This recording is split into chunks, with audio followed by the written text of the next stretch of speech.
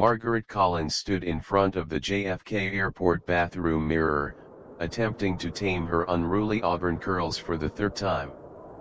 The fluorescent lights highlighted the dark circles under her hazel eyes, evidence of several weeks of double shifts at Tom's Cafe. Her hands trembled slightly as she splashed cold water on her face, trying to wake herself up. She couldn't afford to miss this flight, not when her grandfather, Thomas, needed her in Paris. The memory of her Uncle David's phone call from 2 days ago still made her stomach clench.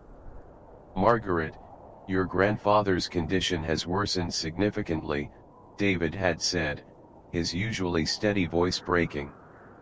"The doctors say we should prepare ourselves. I've bought you a ticket, you need to come now." The ticket was a miracle Margaret couldn't have afforded on her own, not with a 12-year-old son and barely making ends meet on a barista's salary. That morning's goodbye with Daniel had nearly broken her heart. Her son had clung to her at the front door, his small fingers gripping Margaret's worn denim jacket. "Mom, why can't I come with you?" Daniel had asked, his big green eyes filling with tears. "Promise you'll video call every day." Margaret had knelt down, pulling her son close, breathing in the familiar scent of his apple-scented shampoo. "Every single day, sweetheart, I promise. And I'll bring you back something special from Paris." She tried to sound excited, making it an adventure rather than a potentially final goodbye to a grandfather Daniel barely remembered. Her ex-husband, Alex, had stood in the doorway, watching them, his disapproval evident in his crossed arms and tight jaw. Their divorce 3 years ago had left deep scars, but he was still Daniel's father, and right now, he was her only option for child care. "I'll take good care of him," he said stiffly, as if reading her thoughts. "Just keep in touch." The unspoken tension between them hung heavy in the air, the same tension that had eventually torn their marriage apart. Final boarding call for flight AF-23 to Paris Charles de Gaulle, the announcement jerked Margaret back to the present. She grabbed her worn leather bag and rushed through the terminal, her sensible black flat slapping against the polished floor. Her heart pounded as she weaved through the crowd, muttering apologies as she bumped into fellow travelers. She reached the gate just as the attendant was preparing to close the door. "Wait, please," she called out, waving her boarding pass.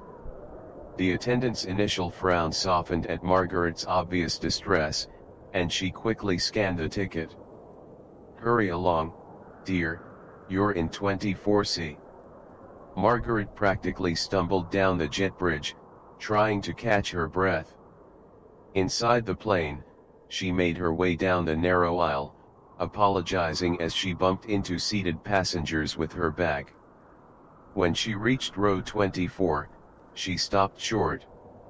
A man in an impeccably tailored navy suit occupied the window seat, his attention focused on a leather-bound book. Even seated, she could tell he was tall, with broad shoulders and dark hair threaded with distinguished silver at the temples. As she struggled to lift her bag into the overhead compartment, her arms trembling from exhaustion, the man looked up. The book in his hands was a well-worn copy of The Great Gatsby, something she had taught her high school students during her brief teaching career before Daniel was born. "Please, allow me," he said, standing in one fluid motion. His voice carried a slight British accent, and his eyes, a striking shade of blue, met hers with unexpected warmth.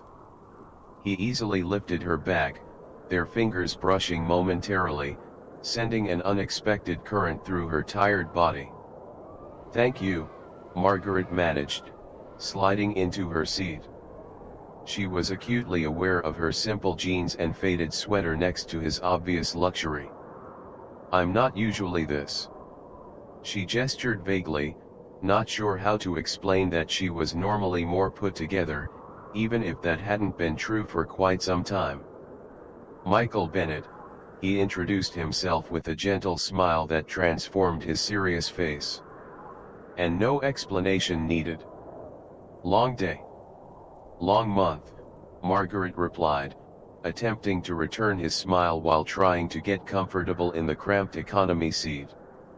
She hadn't been on a plane since her honeymoon 8 years ago and had forgotten how confined it felt. The flight attendants began their safety demonstration, their practiced movements barely registering in her exhaustion-clouded mind. As the plane taxied and took off, Margaret tried to focus on the city lights below, but her eyes kept growing heavier. The past few weeks of overtime shifts, arranging Daniel's care, and worrying about her grandfather had finally caught up with her. She fought to stay awake, not wanting to seem rude to her seat companion, who had been nothing but kind. "It's a long flight," Michael said softly, noticing her struggle. "Get some rest." "I promise not to be offended." His voice reminded her of the audiobooks she sometimes played for Daniel at bedtime, warm, cultured, and oddly comforting. Margaret meant to thank him, but the words never made it past her lips. The gentle hum of the engines, the darkness outside the window, and the warmth of the cabin conspired against her remaining consciousness. Her head gradually tilted to the side until it found rest on something firm yet comfortable, Michael's shoulder. In her last moments of awareness, she thought she should move, apologize, but exhaustion won out. She didn't feel the gentle way Michael shifted slightly to make her more comfortable or notice how he carefully draped his suit jacket over her when the cabin grew chilly. She didn't see the way he signaled the flight attendant to hold off on dinner service, ensuring her sleep wouldn't be disturbed. What she also didn't know was that Michael Bennett, CEO of Bennett International Holdings and one of London's most eligible bachelors, had just cancelled his dinner meeting in Paris via a quick email on his phone. For the first time in years, his carefully planned schedule suddenly seemed less important than ensuring the sleeping woman beside him got the rest she so clearly needed. As the plane cruised over the Atlantic, neither of them could have predicted how this accidental moment of vulnerability would change both their lives. Margaret didn't know that her grandfather's illness would lead her not just to Paris but to a chance at love she never expected, and she certainly couldn't have imagined that her ex-husband, Alex, back in New York with Daniel, would soon throw an unexpected obstacle in their path, one that would test whatever was beginning to spark between her and the kind stranger who let her sleep on his shoulder at 35,000 feet. Margaret woke with a start as the plane hit a patch of turbulence. For a moment, she felt disoriented, her mind foggy with sleep. Then she realized with horror that she had been using Michael Bennett's shoulder as a pillow. She jerked upright, her cheeks burning with embarrassment, his expensive suit jacket sliding from her shoulders, which she caught reflexively. "I'm so sorry," she stammered, mortified. "I didn't mean to." She stopped as Michael turned to her with a reassuring smile that made her heart skip a beat. "You needed the rest," he said simply, as if having a stranger fall asleep on him was the most natural thing in the world. "We're about halfway to Paris now. Would you like some water?" He pressed the call button before she could respond. Margaret noticed that the cabin lights had been dimmed and most passengers were either sleeping or watching movies on their screens. A quick glance at her watch confirmed she'd been asleep for nearly 4 hours. "I can't believe I slept so long," she murmured, running a hand through her hair self-consciously. The flight attendant appeared with 2 bottles of water, greeting Michael by name with a familiarity that made Margaret curious. As she handed them their drinks, she smiled knowingly between them, making Margaret's blush deepen. "You seem to fly this route often," Margaret observed, taking a grateful sip of water. Her throat was parched, and she suddenly realized she had missed dinner service. Michael nodded, adjusting his position to face her better. London to New York and back, more times than I can count, though usually I'm in. He paused, seeming to choose his words carefully, a different section of the plane. Margaret's eyes widened with understanding. Of course, the designer suit, the flight attendant's familiarity, his entire bearing. He usually flew first class. "Why aren't you there now?" she asked before she could stop herself. A slight smile played at the corners of his mouth. "Last-minute booking. The flight was full except for this seat." He didn't mention that he could have easily pulled strings to get a first-class seat if he'd wanted to. Something about the woman next to him had made him decline when the gate agent had offered to upgrade him. Their conversation flowed naturally after that. Michael told her about growing up in London's Chelsea neighborhood, his years at Oxford, and his work in international business consulting, though he modestly understated his actual position. Margaret found herself opening up about Daniel, her teaching career, and how she'd ended up waiting tables after the divorce. "Daniel sounds remarkable," Michael said warmly when Margaret showed him a photo on her phone of her son's recent school art project. "He has your smile." Margaret felt a familiar pang of guilt. "He wanted to come with me, but with school and everything." She trailed off, remembering Daniel's tearful goodbye. "It's the first time I've been away from him for more than a day since the divorce." "That must be difficult," Michael said softly. His hand moved slightly on the armrest between them, as if he wanted to offer comfort but wasn't sure if he should. "How long will you be in Paris?"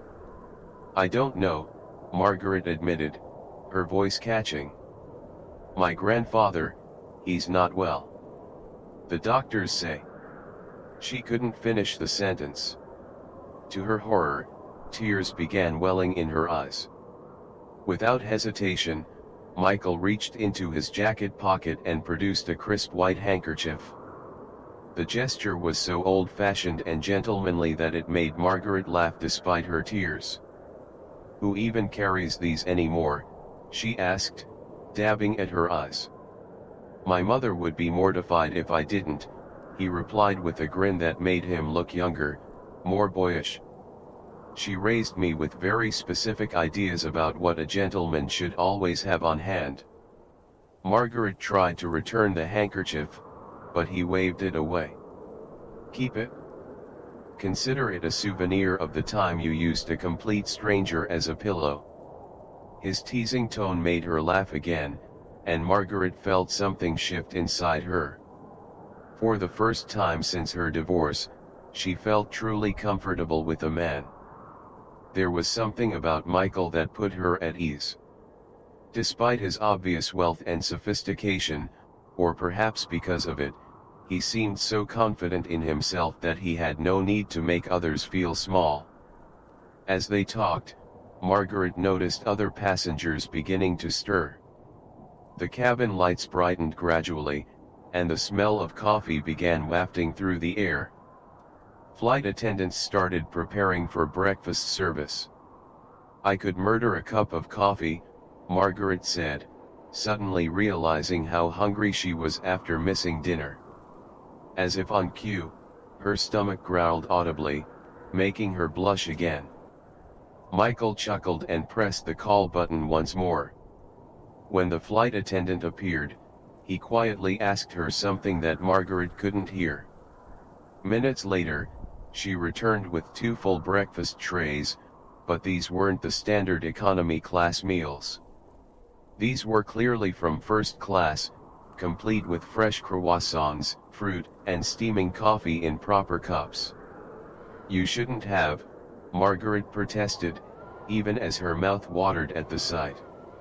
"I can't let you consider it payment for being such an excellent pillow," Michael interrupted smoothly. "Besides, airplane food is always better shared with good company."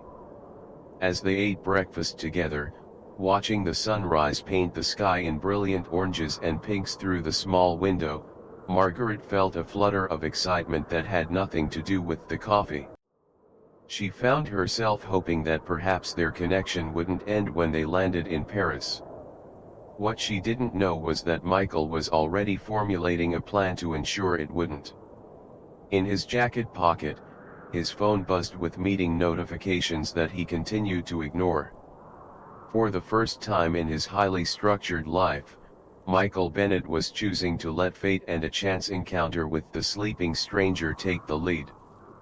The plane landed at Charles de Gaulle Airport under a cloudy Parisian sky. As they waited to disembark, Michael helped Margaret retrieve her bag from the overhead compartment. "Let me give you my card," he said, reaching into his suit jacket. "Perhaps we could have coffee while you're in Paris." Margaret's heart fluttered as she accepted his business card, her eyes widening slightly as she read his title, Michael Bennett, CEO, Bennett International Holdings.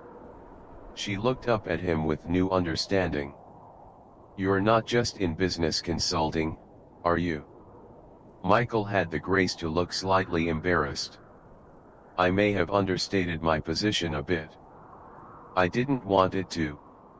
He paused, searching for the right words, "change things." Before Margaret could respond, her phone buzzed with an urgent message from her Uncle David. "Where are you? Your grandfather's condition has worsened. Come straight to the hospital." Her hands began trembling as she read the message. "Is everything all right?" Michael asked, noticing her distress. "My grandfather. I need to get to the hospital right away," Margaret explained, her voice shaking. Without hesitation, Michael took charge. "My driver is waiting outside. Let me take you there," he offered. Seeing her hesitation, he added, "Please, it's the least I can do." Minutes later, they were in a sleek black Mercedes speeding through the streets of Paris. Margaret barely registered the iconic landmarks they passed, her mind focused entirely on her grandfather. Michael sat beside her in reassuring silence, occasionally squeezing her hand when she seemed particularly anxious. At the hospital, Michael insisted on waiting with her while she found her uncle. When David appeared, a tall, elegant man in his 60s, his eyes were red from crying. "Margaret, thank God you're here," he said, embracing his niece. Then he noticed Michael and raised an eyebrow questioningly. "This is Michael," Margaret explained quickly. "We met on the plane. He helped me get here faster." David's expression softened with gratitude. "Your grandfather is asking for you," David said gently. "The doctors say." He glanced at Michael, then back to Margaret. "We should talk privately." Michael understood immediately. "I'll leave you with your family," he said softly. "But please, call me if you need anything at all." He squeezed Margaret's hand one last time before leaving. The next few hours passed in a blur of medical terms, quiet conversations, and tears. Thomas, Margaret's grandfather, drifted in and out of consciousness. During one lucid moment, he squeezed Margaret's hand and whispered, "My little bird, you came." The childhood nickname brought fresh tears to Margaret's eyes. Late that evening, while David went to get coffee, Margaret checked her phone and found several missed calls from Alex, worried about Daniel. She stepped into the hallway to return his calls. "Where the hell have you been?" Alex's angry voice filled her ear. "And who's this guy you're running around Paris with?" Margaret froze. "What are you talking about?" "Don't play dumb, Margaret. Daniel's teacher saw you on Instagram. Some CEO posted a photo from his plane with you sleeping on his shoulder. It's all over social media." What kind of example are you setting for our son? Margaret's blood ran cold. She quickly opened Instagram and found what Alex was talking about. There it was, a photo she hadn't known was taken, showing her asleep on Michael's shoulder, his jacket draped over her. The caption read, "Sometimes the best meetings happen by chance. Parisian sunrise." It had thousands of likes and comments, many speculating about the mysterious woman in the photo. Her hands shaking, Margaret scrolled through the comments. Some were kind, but others were vicious, calling her a gold digger and worse. Several tabloid websites had already picked up the story. London's most eligible bachelor found love in economy class. "Alex, it's not what you think," Margaret began, but he cut her off. "I'm consulting with my lawyer. This kind of publicity isn't good for Daniel. Maybe it's time we revisit our custody arrangement." "You can't do that," Margaret's voice rose, drawing concerned looks from passing nurses. "It was just a chance meeting on a plane. I'm here for Grandpa Thomas, you know that." "Tell that to the judge," Alex snapped before hanging up. Margaret leaned against the wall, her legs weak. How had everything spiraled so quickly? She opened her messages to text Michael to ask him to take down the photo, but stopped when she saw he'd already sent her several urgent messages. "Margaret, I'm so sorry. My PR team posted that photo without my knowledge. I've had it taken down, but the damage is done. Please let me explain. Can we meet?" Just then, David burst out of their grandfather's room. "Margaret, come quickly." Margaret rushed back inside to find doctors surrounding her grandfather's bed, the machines beeping urgently. Time seemed to slow as she watched them work, her world narrowing to the sound of her own heartbeat and the desperate prayer repeating in her mind, "Please, not yet. Not like this." Standing in that sterile hospital room, watching her grandfather fight for life, Margaret felt everything slipping away: her chance at romance with Michael, possibly even custody of Daniel. How had a simple act of falling asleep on a plane turned her entire world upside down in less than 24 hours? The doctors worked swiftly, professionally, speaking rapid French that Margaret couldn't fully understand. After what seemed like hours but was probably only minutes, the chief physician turned to them with an unexpected smile. "He's stabilized," he announced in accented English. "The new medication is working. Your grandfather is stronger than we thought." Margaret's legs gave out, and she sank into the nearest chair, relief washing over her in waves. David hugged her tightly, both of them crying tears of joy. When they were finally allowed back at Thomas's bedside, her grandfather was awake and more alert than he'd been in days. "You brought me luck, my little bird," Thomas whispered, squeezing Margaret's hand. "But why do you look so troubled? This old man isn't going anywhere just yet." Margaret couldn't hold back any longer. Through tears, she told her grandfather everything about meeting Michael, the viral photo, and Alex's threats. Thomas listened with the wisdom of someone who had seen many of life's storms come and go. "Your Alex," Thomas said firmly, "is acting from fear and jealousy. He knows you're moving forward with your life, and it frightens him." He paused to catch his breath. "As for this Michael of yours, where is he now?" "I don't know," Margaret admitted. "Everything happened so fast." A gentle knock at the door interrupted them.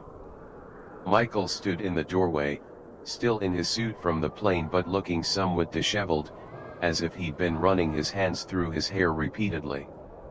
In his arms was an enormous bouquet of fresh flowers. "I'm sorry to intrude," he said softly. "I've been in the waiting room for hours." The nurses finally took pity on me and told me your grandfather was better. He looked directly at Margaret. I couldn't leave without making things right. Thomas's eyes sparkled with interest. David, he said suddenly, I think we need coffee. Lots of coffee. David, hiding a smile, helped Thomas sit up and followed his cue, leaving Margaret and Michael alone. Margaret, I'm so sorry, Michael began, placing the flowers on a nearby table. I had no idea my team would do that. They're used to managing my public image, but this crossed a line. I personally fired the person responsible. It's not just about the photo, Margaret said, her voice trembling. Alex is threatening to take Daniel away. My whole life, I've tried to be the perfect mother, to never give him any ammunition against me, and now. Stop, Michael said firmly, crossing the room to take her hands in his. I've already handled it. My legal team contacted Alex an hour ago. They explained that if he pursues any custody changes based on that photo, he'll face a massive lawsuit for defamation and emotional distress.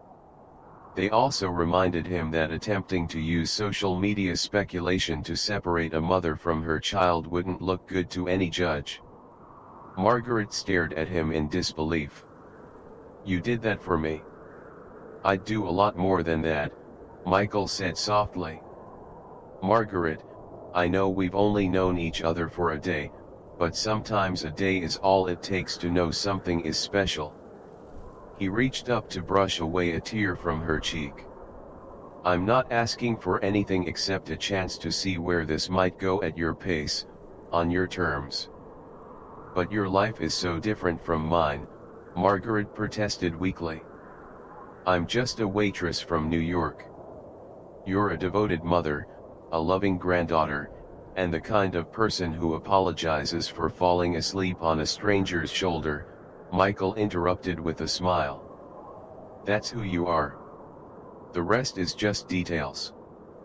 From his bed, Thomas called out, Margaret, if you don't say yes to that handsome man, I'm getting out of this bed and knocking some sense into you.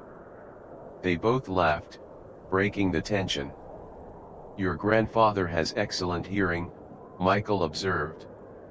And excellent taste, Thomas shouted back, making them laugh again.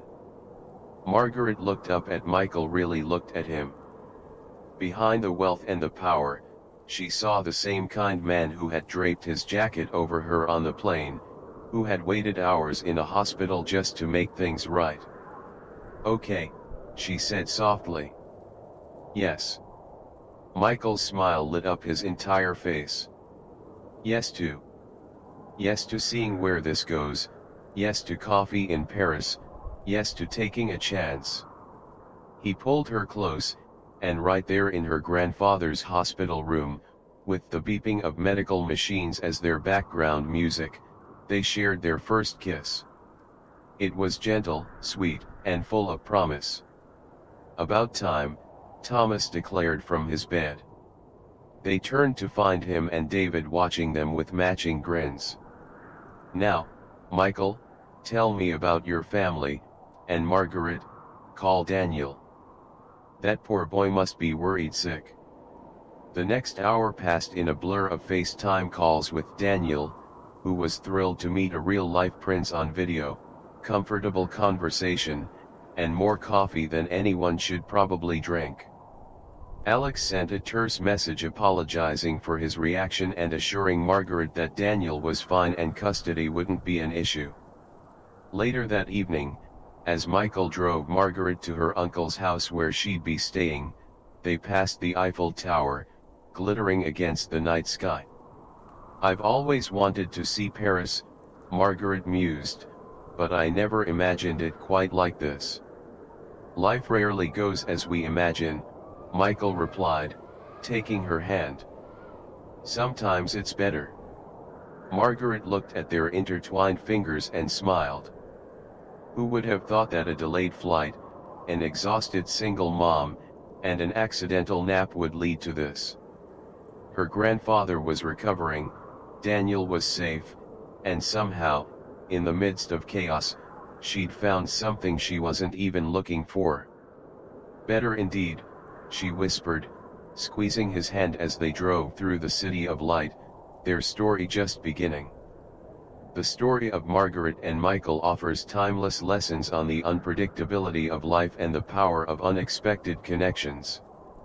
As we navigate an increasingly digital world, where social media can rapidly alter the course of personal lives, this narrative underscores the importance of authenticity and human connection.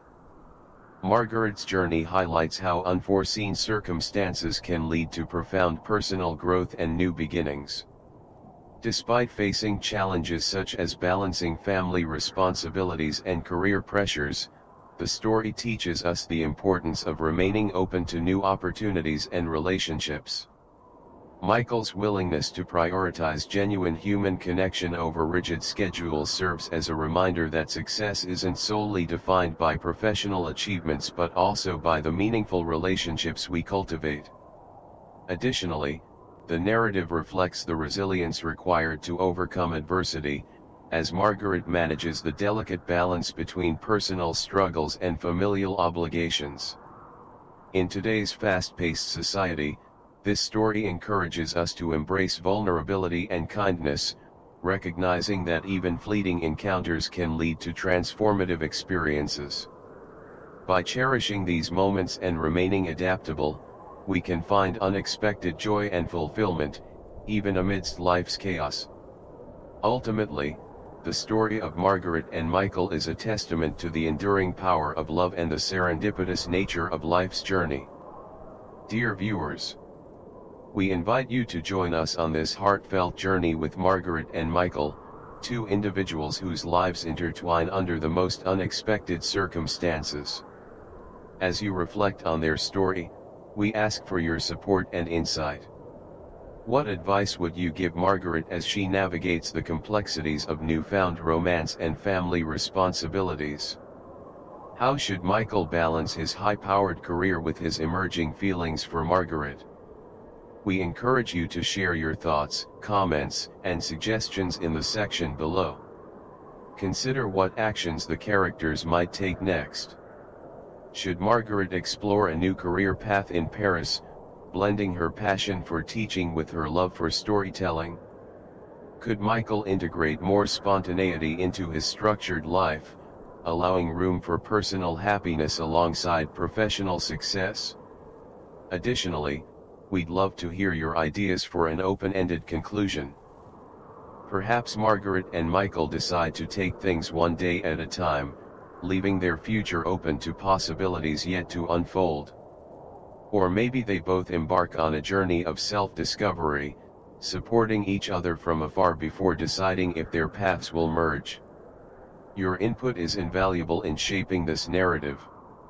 Together, let's explore the potential of Margaret and Michael's story, creating an ending that resonates with hope, love, and the promise of new beginnings.